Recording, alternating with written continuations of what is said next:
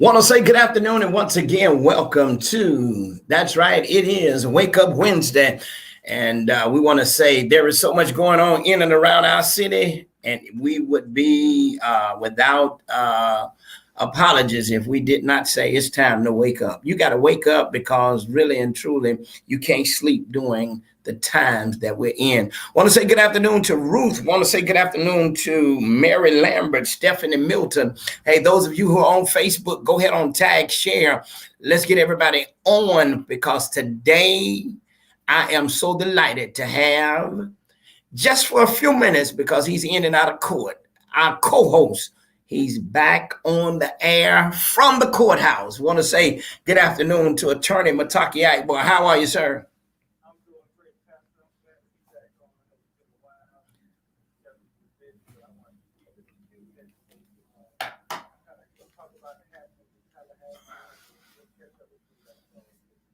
Hey, listen, man. I'm always appreciative for the time that you have. I know trying to be a radio announcer, an attorney, a father, an advocate, president of the NAACP, a party host. You got a plethora of titles going on, and to squeeze sharing with Wake Up Wednesday is always a pleasure. Well, listen, man, it's been a while since you and I have had the opportunity to host a show together, and I'm grateful for the little time that you have today because I know you got a hearing at about 2:30. But so much is going on in and around the city, and just from a president of the NAACP perspective, I want you to leave that hat out and the attorney hat out, and I just want to just talk as a community person, man.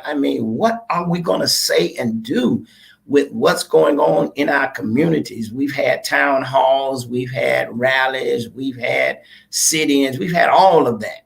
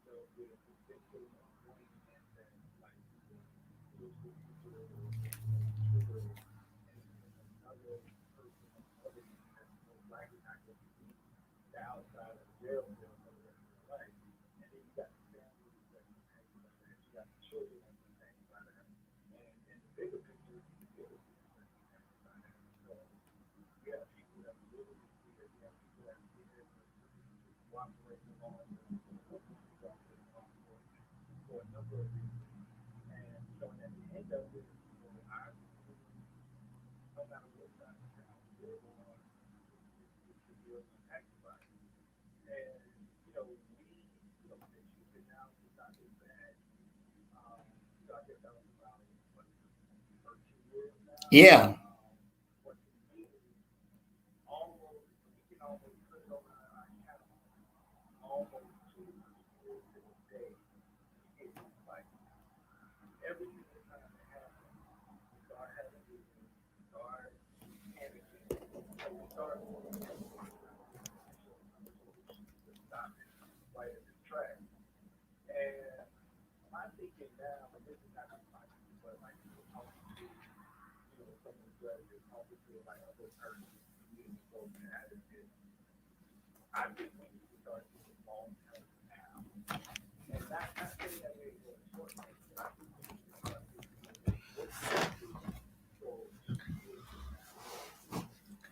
Hold on, attorney, hold on, because I'm having my Facebook audience, they're having problems hearing. So let's make sure we can get them hearing you.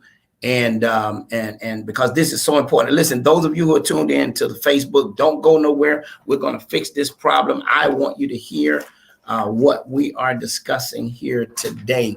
So let's see, can we get that going? Because we want to make sure that you are tuned in to what's happening on the broadline. If you can hear me now, go ahead and put some hearts on that screen. If you can hear, if my Facebook audience can hear now, go ahead on and put some hearts on that screen.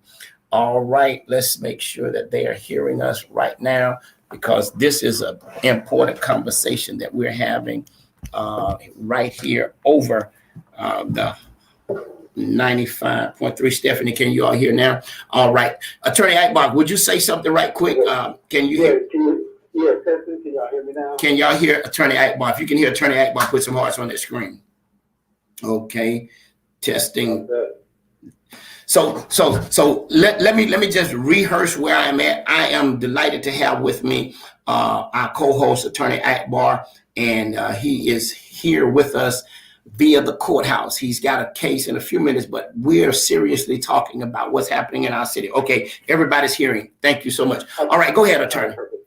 All right, so I'll get back to, like, so what I was saying was that, like, every few years or so we get like these spikes in violence, shootings, and everything else. And like we react to what's going on in the present. And when we react, we look for short term solutions to it. And so I think what we need to do now is focus on long term. And not to say we're ignoring what's going on right in front of us. I think there are solutions to what's right in front of us, or at least ways to address it. But if we don't look long term, then we will end up back in the same position again with the same reaction. And so, go ahead. No. Go ahead. I like what you said, because right now, I mean, we're seeing now middle school students Right. carrying guns now. Right. And the conversation that I've had with some people, I think there are a few things that lead us to where we end up. It's like no hope, no guidance, and really like no goals, like nothing to go after. And we can't necessarily be in the homes, like, that's parenting, that's the people that post as far as the guidance. So we can help with the hope, and we can help with them, like kind of like providing some type of goal, something to reach for. And when I talk to, like, either some of my young juvenile clients or even just some men that I mentor, a lot of them is like, okay, I want to be a videographer, I want to be a welder, I want to be a carpenter, I want to be a builder, I want to do all those things. But, like, yes, there are opportunities out there, or I want to be a CDL driver, but they have to go find those opportunities. In some communities, those opportunities come to them, or they have an uncle, they have a person that they can reach to or talk to get them to where they need to go. But like, we don't necessarily have that access in our community. And it's not only for like trades, it's also for lawyers, doctors, and everything else. So we need to bring it to the community. And that's what's missing. Like, you look at Frenchtown, like it's nothing in Frenchtown where young men in Frenchtown can go and say, okay, how do I learn about this particular trade, whether it's barbering, welding, or whatever? They got to go look for it. And you know what happens when somebody go look for it? Something else gonna find them before they find like what they need. Absolutely. So I think it's something that not only us as community members could invest in, could start planning now for, but it's also something that like the city government, school board, and everybody else can have their hands in to try to try to start building those opportunities in order for us to build that hope that we're discussing. And I said something that I thought on Facebook the other day when I voiced my own personal opinion, and I just feel like as we look at the community, especially our community, and as we look at the areas in whereby we are seeing a high spike of crime, and we look at where there's a lot of violence, they are in areas that have been labeled as the trauma zones. There have been areas that are part of the quadrant where there is that light being shedded. And inside of all of these areas are pastors who pastor churches, and those churches are members of that community.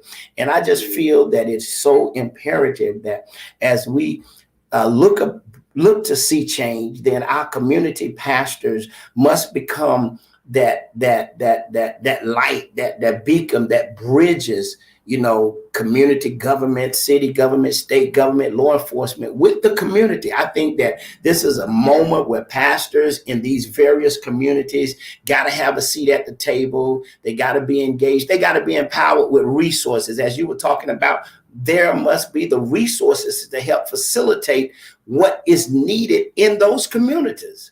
And until we do that, we're going to keep going around this same circle. And as you said, now it's time now to see how can we catch that 9 to 15-year-old range now, that they don't pick up the guns and they don't create the violence and they don't become the victims and the victors of what's going on in our communities.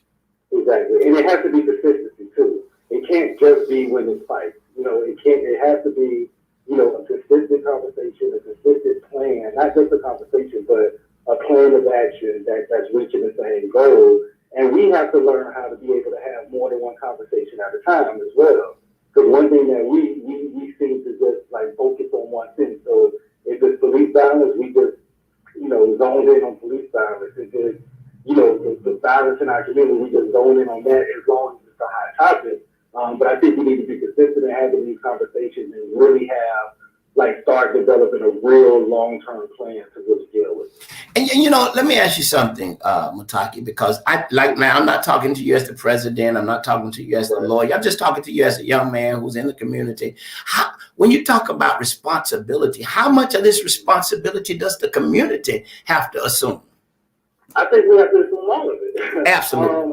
I think we assume all the responsibility, but accept the help from the government, accept the help from the police department. But I think it's our responsibility to, on all fronts, like from the home. So like a lot of things I see, like in the police report, from for a lot of the juveniles, like it's the police that go into those kids' rooms and find guns, that go into the kids' rooms and find keys to stolen cars, that goes on their social media and see them shooting guns or see them, in a stolen car. It's the police that does that. So like, what if the moms do that? What if the dads do that? What if the big brothers do that? The aunts, the uncles, whoever. What if they do that? Like one, that's going to be one less kid in our system, and two, that's going to be one less gun or stolen car, or whatever, on the street. So that's in the home. That's the guidance part that I was talking about. As far as like the hope and giving them goals to reach, like we know what we need. Like if we either gonna trust the government or we not, and so we can't trust them to fix our problems if we can't trust them, like in every other situation. So we know what we need. We know what's good for our community, and so I think it's our responsibility to plan it, to make it happen, and then to go to the government to help us when we need the help to get it done. But they don't listen to our ideas. And I think that's where we have to, once again, we have to put not only a demand on our dollar, but we have to put a demand on our voice. I mean, here it is. I mean, I'm reading a comment from a young man, Rick Cotton, who says, if the community leaders would attack the violence in the city like they are doing this COVID pandemic vaccine and mask wearing agenda, a change would come. And I think he adds to a great point. But also, I think what is so important is that there are so many more issues that community leaders got to engage. And it just can't be one or two community leaders that's out attacking issues, and the one or two that are out attacking issues, they are being attacked because they're attacking issues, as if to say they're on the stage looking for the spotlight, but there are issues that people are being silent to, and yet and still nobody is saying nothing, but the leaders who are saying doing, they're being attacked. And I think you said it all. We have to, as a community, take full responsibility for what we see and what's happening in those communities. And I understand what Rick is saying because, and I hate to cut you, I'm not trying to cut you off, but I understand what he's saying because, like, it's so easy for us to point fingers, right? Like, it's so easy for us to say what the census is or isn't doing, what the police is or isn't doing, what the mayor is or isn't doing. But it's hard for us to look at us and say what we are and are not doing, what we are dropping the ball on and not dropping the ball on. So I agree. Like I think we need to be just as vigilant. I think we need to be just as present out there when it comes to us, killing each other. And that doesn't mean that we don't address the other problems that's affecting us. Like, and that's why I say we got to be able to have more than one conversation going on. So we need to be, like we need to suck it up, suck it up and say, look, we got a problem. We got a serious problem in our community and our babies are dying as a result of it. And we need to figure out a way to address it just as vigilantly as we do everything else. Absolutely. And I know you got to run, but before you leave, I want to say this, and then I want to highlight something before you leave. But I think we also got to realize that the black on black crime that's happening in our communities. We cannot ignore that. We cannot play that down and try to make white on black crime seem much larger. Here it is, in a matter of 24 hours, reported 5 shootings. But we know, listen, I was talking to a young man on Basin Street the other day. He talked about how he saw a guy just unload after the game in the parking lot where people were running into each other with their cars trying to get out of the way. That wasn't even reported. Right. I mean, I agree. Like we have to, like I said, and that's going back to, we can have more than one conversation at a time. We can pay attention to more than one thing at a time. And, like I put it on my NAACP hat, like, I think we lose credibility when we jump on the police, for like excessive force or shooting somebody, and not jump on these issues that's going on in our community as far as violence goes. And so it's one of my goals to be just as vigilant, just as outspoken about the issues in our community. And in saying that, since I got to go, one of the things that we want to do at the NAACP, and I know other groups are doing it, is have a greater presence, and build on the platform that's already the NAACP platform. So I'm inviting everybody, like, even if you, like, just come to a meeting, come to an event. We have an event next Thursday, which is our first face-to-face meet and greet, where we want to, like, throw out these issues. We of course raise the money in order for us to be able to address these issues, but let's build on what we already have, and again, not just to attack what's outside our community, but also attack what's going on inside of our community. Well, really, I know you got to run, but certainly I want to push today because I know you're having your first face-to-face meeting upcoming week, but we're also getting ready to do a major fundraiser for the NAACP. In order for the presence to be there, there has to be money. I mean, we have to start supporting these entities that's out in the community. So I'm going to be challenging all of our listeners, and hopefully you can join me next week. Our ultimate goal, Wake Up Wednesday, we want to be able to turn in at least $1,000 to the NAACP. So I'm going to challenge all of our listeners to start getting ready to get your donations together, and we want to be present. Wake Up Wednesday want to donate $1,000. So you put that on the record because we're going to make that happen. Listen, that's my co-host, attorney Mataki Akbar. He's at the courthouse getting ready to walk in court now, but certainly we're always grateful for the time that he has to share with us. Keep it locked right here, 95.3 FM. Hallelujah. Don't go nowhere. I'll be right back. I'm going to give you a chance to call us at 850-671-1450. I want to hear your thoughts, your ideas, your concern when it comes to our community in the craziness that we are seeing. Don't go nowhere. I'll be right back. Hey, listen, those of you who are on Facebook, I want you to go ahead on tag, share, get everybody in. We're going to give you a chance to give us a call. Medical Marijuana Education Research Initiative, Mary Forum Radio. Tune in every Saturday at 9 a.m. right here on 95.3 FM. My son is not some statistic. My daughter's not a headline. My girl, she's not someone's agenda. What she is irreplaceable. COVID hospitalizations of young people have tripled since the start of summer. So I talked to my daughter's doctor about COVID vaccines. She said they're highly effective in preventing hospitalizations and deaths, even from the Delta variant. We can do this. Find vaccines near you at vaccines.gov. Paid for by the U.S. Department of Health and Human Services. Welcome to the Highland. I know a place where we can go and get away out on the sea. Island seafood. When I get there, don't wanna leave. Everything you want in a restaurant, from exotic drinks to wings and seafood cuisine. Island Seafood, 1090 North Monroe, has $5.99 lunch specials until 4 p.m. every day. Island Seafood has $20 all-you-can-eat crawfish on Thursdays and Sundays. Island Seafood is open Tuesday through Sunday and now open till midnight on Thursdays, Fridays, and Saturdays to watch the football games on our large flat screen TVs. To place an order to go or reserve seating, call 850-354-8482. Island Where you can go and join your friends. Good times never end. Just follow me, my friends.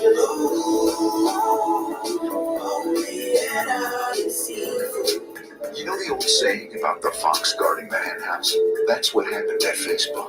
Each day, millions of Want to say good afternoon and once again, welcome back to Wake Up Wednesday. That's right. I want to give a big shout out to Attorney Mutaki Akbar for joining us. He's on his way into court, but he took a time out to talk about what's going on in and around our city when we look at the gun violence, when we look at what's happening with the black on black crime. And certainly we know that we have a responsibility that is so great. Listen, if those of you who got comments, if you want to call 850-671-1450, that's the number to call, 850-671-1450. Don't keep your voice muted. You got an opportunity to call in. I love to hear your thoughts, love to hear your ideas. Hey, love to even hear some of what you may call solutions to what we're facing in our city. And you know, one of the things that Attorney Akbar said, and I think that is so important that we take a look at, there's a great responsibility. It's easy to point the blame. It's easy to point the finger. It's easy to shoulder the responsibility somewhere else. But I think that all of us have to take a great look at what is happening within the community and ask ourselves, what am I doing to make my community, to make my city a better place? How am I involved? What organizations or am I connected to? And you got to understand that we're facing still some tough times with the pandemic, but we still have a responsibility to engage so that we can empower. 850-671-1450. Listen, I want to take your call. I want to answer your questions to what you see could be some of the possible solutions to what we are facing, to what we are dealing with. And not just here in Tallahassee, but I think we're seeing a crime spike throughout the nation. And I think that all of us who are seeing what we're seeing, we must become vocal and we must become a vehicle of change, a vehicle of hope to make things happen. Want to say good afternoon, caller. You are on the air. All right, hello. I'd like to speak about the crime that we have in our community. Okay, go ahead, sir. How are you doing, Pastor? Good. How are you? I'm good. Well, Al Williams, yeah. Hey, Al, if you turn your radio down just a little, that'll help us. Okay, great. Okay, great. Yeah, but what I wanted to talk about, as far as how we can get involved more as community partners and leaders, just in the community. We got to first get involved with our neighborhood association. Wow. If we don't have one, we have to develop one. And it doesn't take a whole lot of people, but once we get our community together, develop our crime watch team, report things that are suspicious in our neighborhood, and don't sit back and say, you're afraid to talk. But we're going to have to take our communities back. We can't rely on anybody else. Our neighbors just really have to look out for one another and do the work, because nobody's going to change it and help us but us.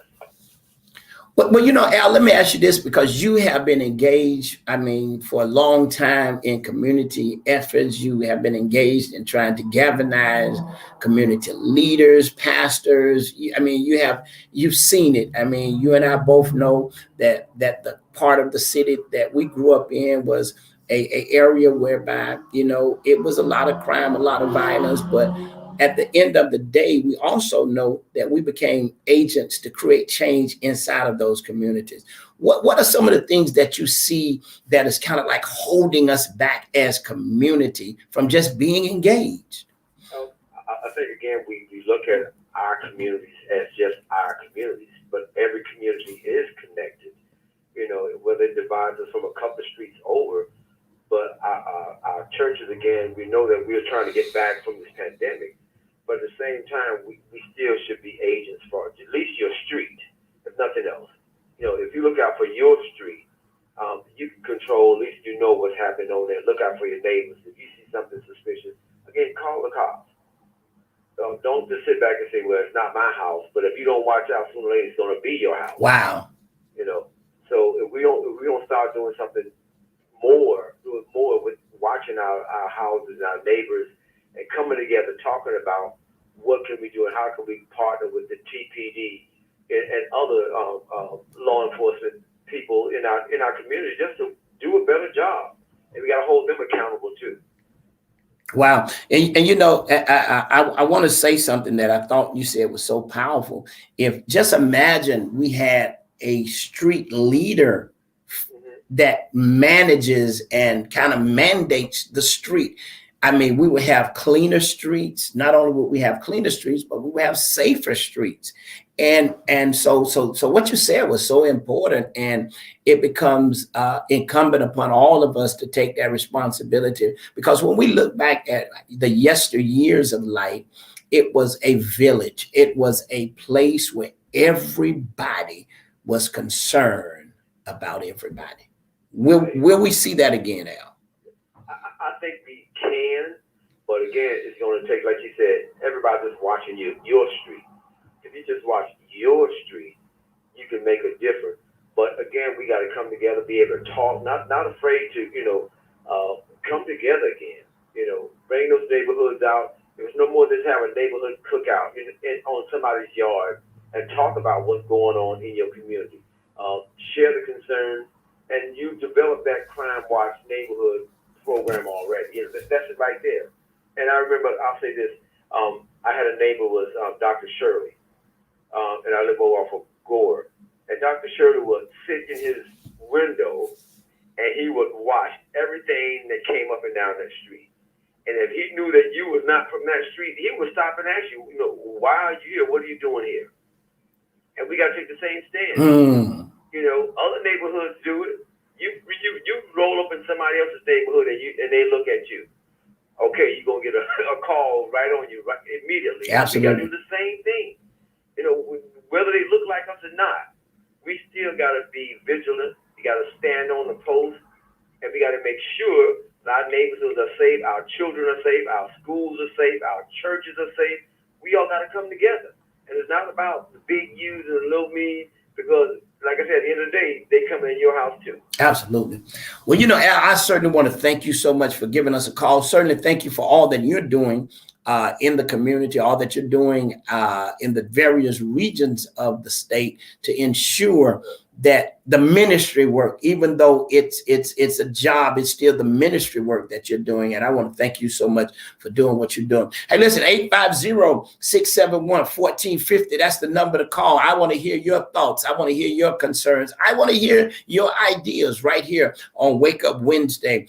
One thing that I do know is that it's so easily for us to place blame. It's so easily for us to sit back and talk about what should be happening, but we're not in the game to try to make it happen. 850-671-1450. That's the number to call. Stay tuned. Don't go nowhere. I'll be right back. Let this song bless you. We're going to talk more about community craziness that's happening right here in our city. Hey, this is Wake Up Wednesday. I'm Greg James, 95.3 FM. Let this song bless you. I'll be right back. I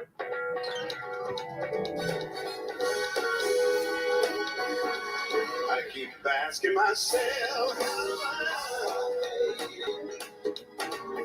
how I made it this far.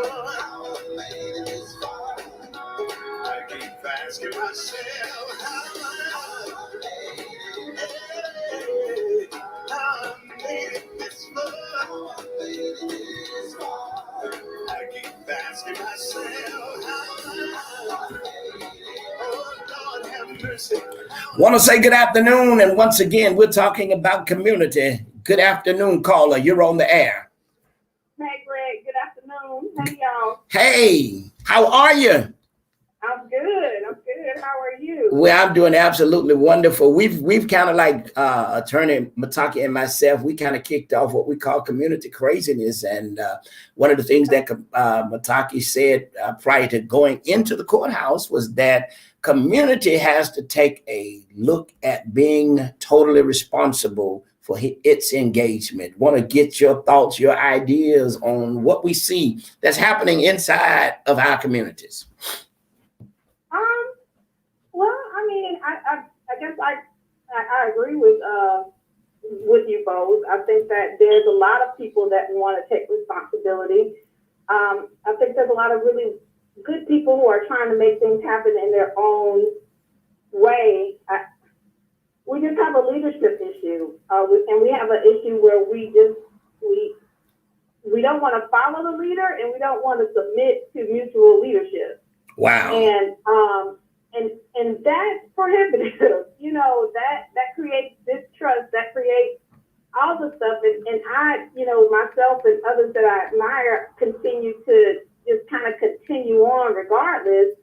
But you know, that undermines progress. So it's a lot. It's not a simple, it's dynamic. And guess what? It ain't my fault. You know, we inherited uh this from previous generations. And I think that we have a shift that's happening in terms of leadership where, you know, there are a lot of our elder advocates and activists that are very supportive. And then there are, you know, other systems that are a little hesitant and resistant to different ways of doing things. And I hope that doesn't undermine us being able to be impactful in the space that we see we need impact, especially as it regards violence. Well, let me ask you this, because one of the things that we know, and I got another caller that's calling, and I'm excited about that.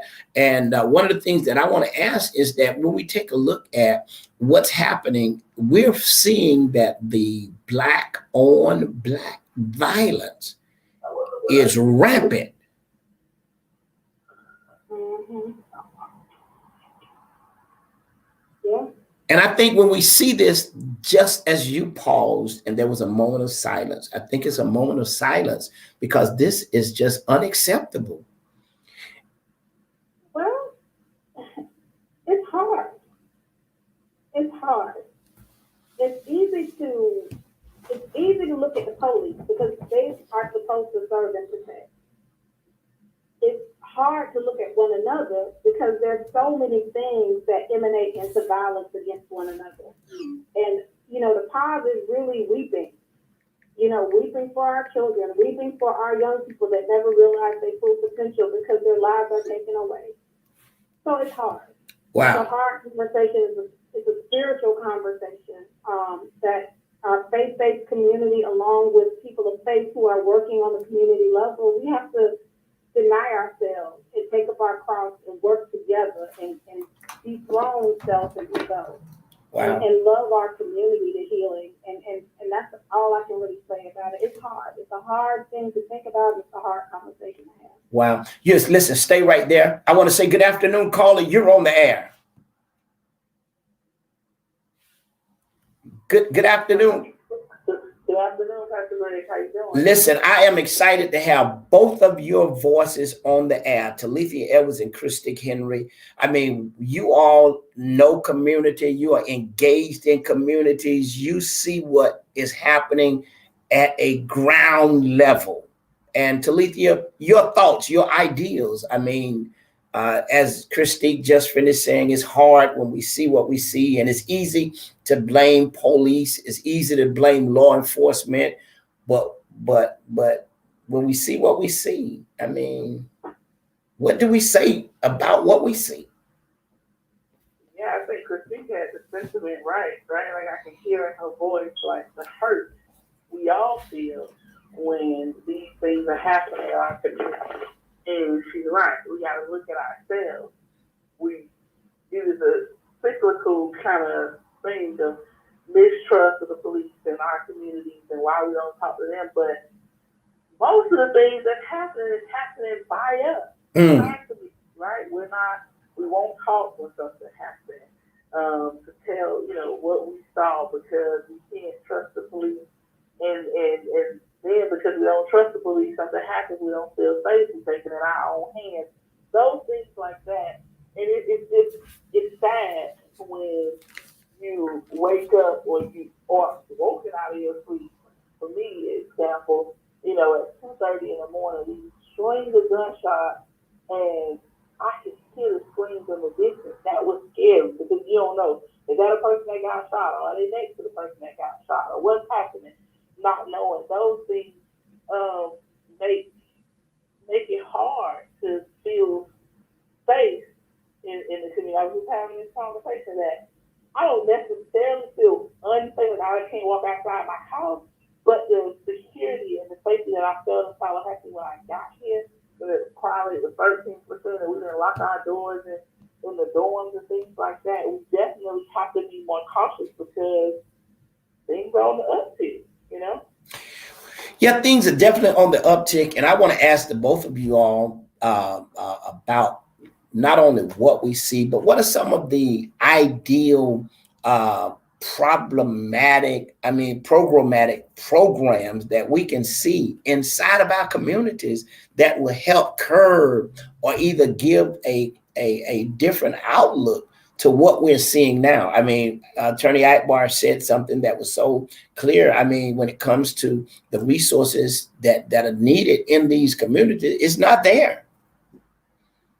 Well, I don't know that they're not there as much as they're not made known in the way that maybe they need to be translated. So let's talk in plain language here. There are jobs, there are opportunities, there are apprenticeships, there is education, pre-apprenticeship education at TCC, lively. I think that macro levels are throwing everything at it that they can throw. The question is, why aren't we catching it? I think we're not, and I think we're not catching it is because this is just me. I think that in order for us to be able to really wrap our arms around our communities, engage and empower those in our communities, it's going to take people from our communities to be able to be at the table, to walk away from the table, to lead these initiatives. We got to be careful about who's coming into the community to empower programs in our community. And people from the community cannot relate to those who are coming into the community. Because why? You don't know the community like I know the community. Indeed. Yeah. I think I'm sorry, go ahead, Felicia. No, go ahead. And it may be what you're going to say, or maybe a piece of it. I think the duality is frustrating. I'm going to be honest with you, because the translators, you know, seems like folks like us, we know and we're conveying, but maybe in terms of the programs, for instance, we both know programs that were pre-apprenticeship or ready to work type programs. But the issue is that the target demographic or the disadvantaged population you're trying to address, they don't have the financial capability to take 8 weeks to learn and then work. They need to be able to earn as they learn. Absolutely. Right? So those are maybe it comes with more informed approach of the program so that they meet the people where they are and maybe aid in their effectiveness. But there are so many that's kind of the duality of it. There are so many programs, and it just seems as if everybody's saying there's nothing out there. There is. It's just for whatever reason they're either not informed enough to reach, or we're not translating well. And that's on us if we're not translating well. But I really can't say there's nothing out there. I'm gonna be honest with you. That would be untrue. Okay, well, let's say this then. I'm gonna say this. I'm gonna say, well, we're not able to translate what's out there, and we're not able to find out how we can make what's out there become a beacon and light in the areas where we've identified as promise zones, areas of high risk. I mean, one of the things that I've always envisioned, I see what Habitat does when it comes to putting up a house. I see how everybody can invades that one particular area, and they go to work from sun up to sundown. And when it's all said and done, boom, there's a house that has gone up in a community. Well, what happens if we was to take a abandoned house or a house that has been condemned, and that community now becomes engaged in developing that house to make that house the beaconing light for resources, the beaconing light for opportunities, the beaconing light that if a guy is looking to find a skill set, he can come there and they can direct him. Or if he's looking for a job, there are partnerships that is happening right in that house that's right there in Bond.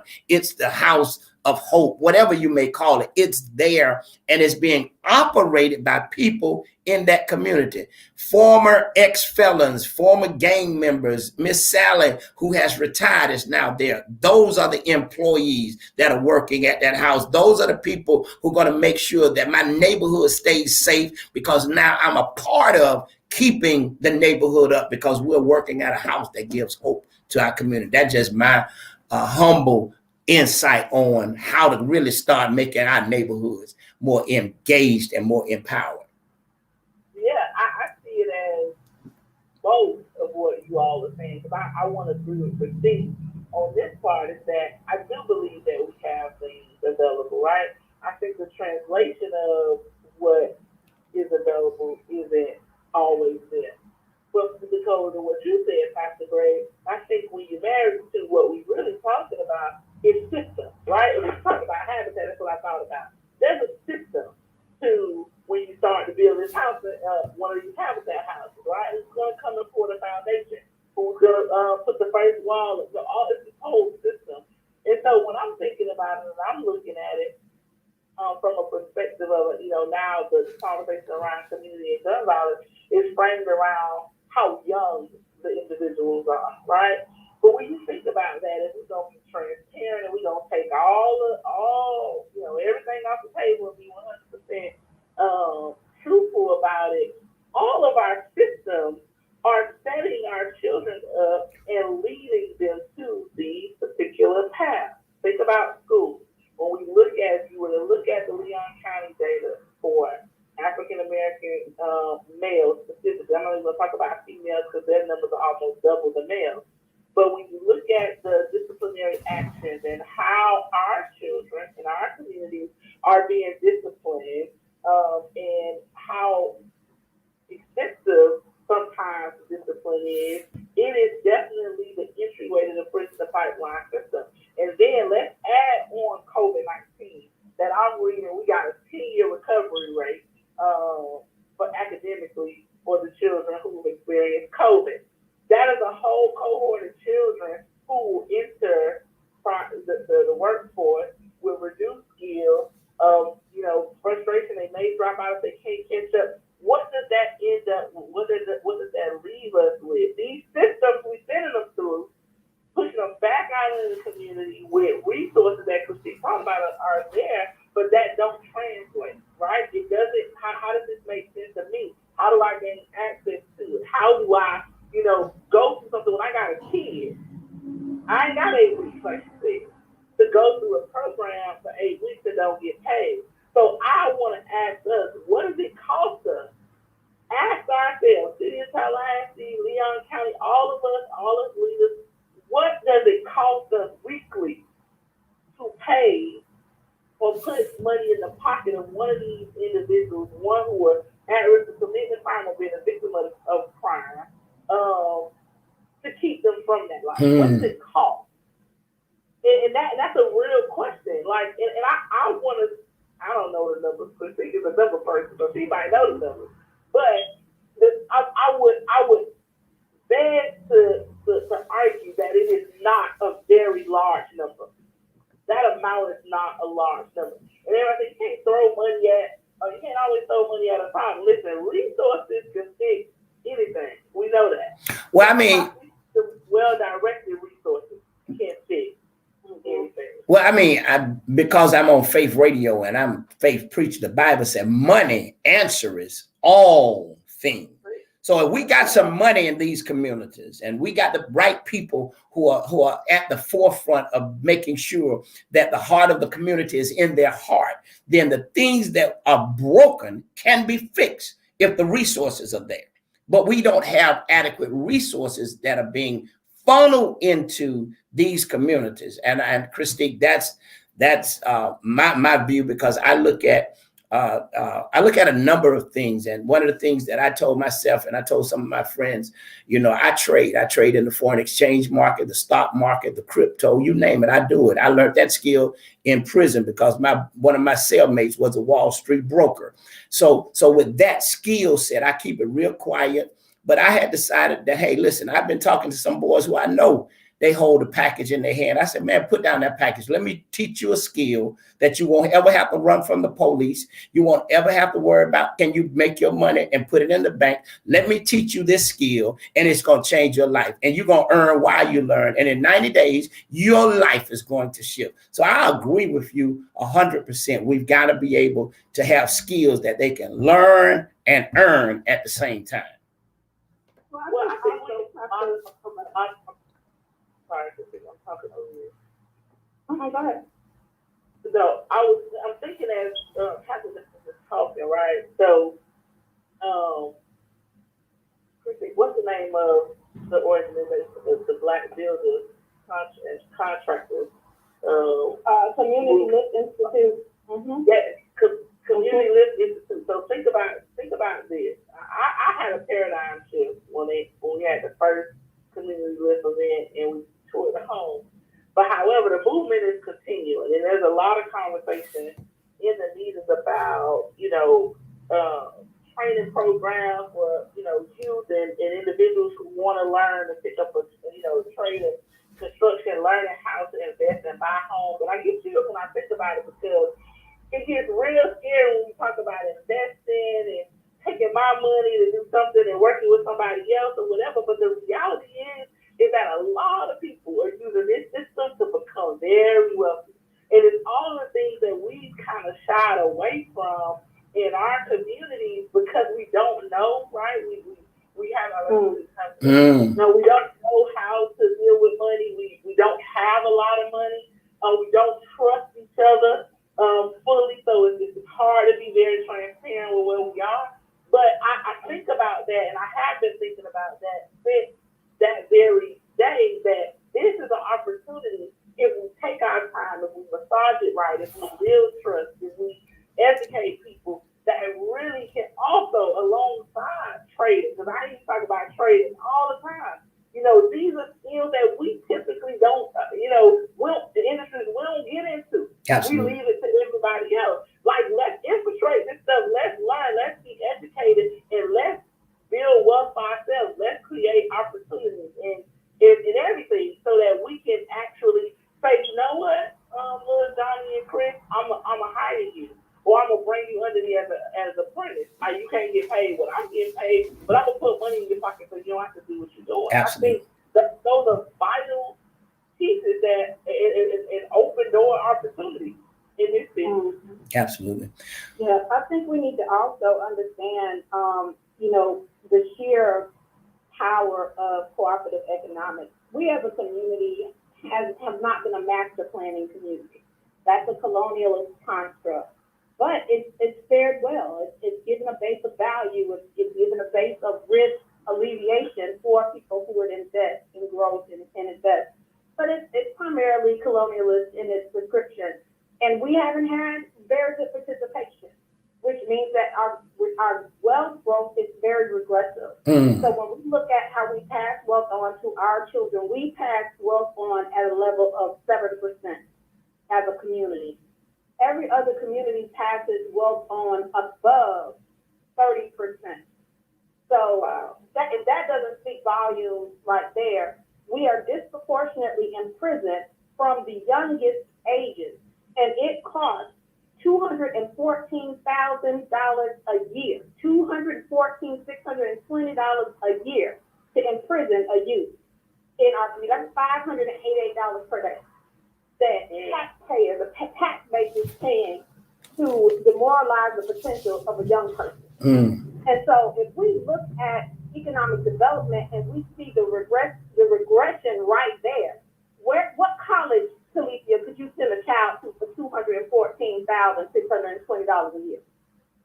Girl, anyone we wanted to with that kind of absolutely. Because the tax base is absorbing that amount of money per year to jail our youth at disproportionate numbers. So I think we need to make it plain. I think we need to understand the economic implications of the violence and the imprisonment that results. Because one life don't just get impacted. A whole nother regressive economic event occurs in the violence that's created by the continual base of scarcity. Because as you and I both know, Talicia, the sad secret of it all is that there's enough out there for everybody. But we fight and bite and devour each other and kill each other, thinking that we're going to gain advantage. And that is what our children are carrying on. That legacy is what they're carrying on in the streets. So before we talk about solutions, we need to talk about souls. Wow. Well, listen, I tell you, we're out of time, but we're never out of word. And I think we're going to close on that note. Before we talk about solution, Let's talk about souls. Wow. Listen, I want to always thank you for joining us. Talithia Edwards and Christy Henry, two voices that are really tied into the heart of the word. And the Bible says that Jesus went about doing good. I want to say, I want to call both of you do-gooders. Why? Because you're always putting yourselves and you're making the sacrifice for others to make sure that their lives are better. Christy Henry, Talithia Edwards, thank you both for calling in today. And I want to say to those of you who are listening to the broadcast, it's time for you to get involved. It's time for you to make your voice heard. It's time for you to become a vehicle of hope, a vehicle of change, if there ever is going to be change. Until next Wednesday, I want you to have a wonderful week. And I want you to remember that your life is a life that has been designed to serve others. And when you see it like that, then you're going to see the kind of change that you want to see. Until then, you'll be blessed. And remember, God has his hand on you, and there's nothing you can do about it.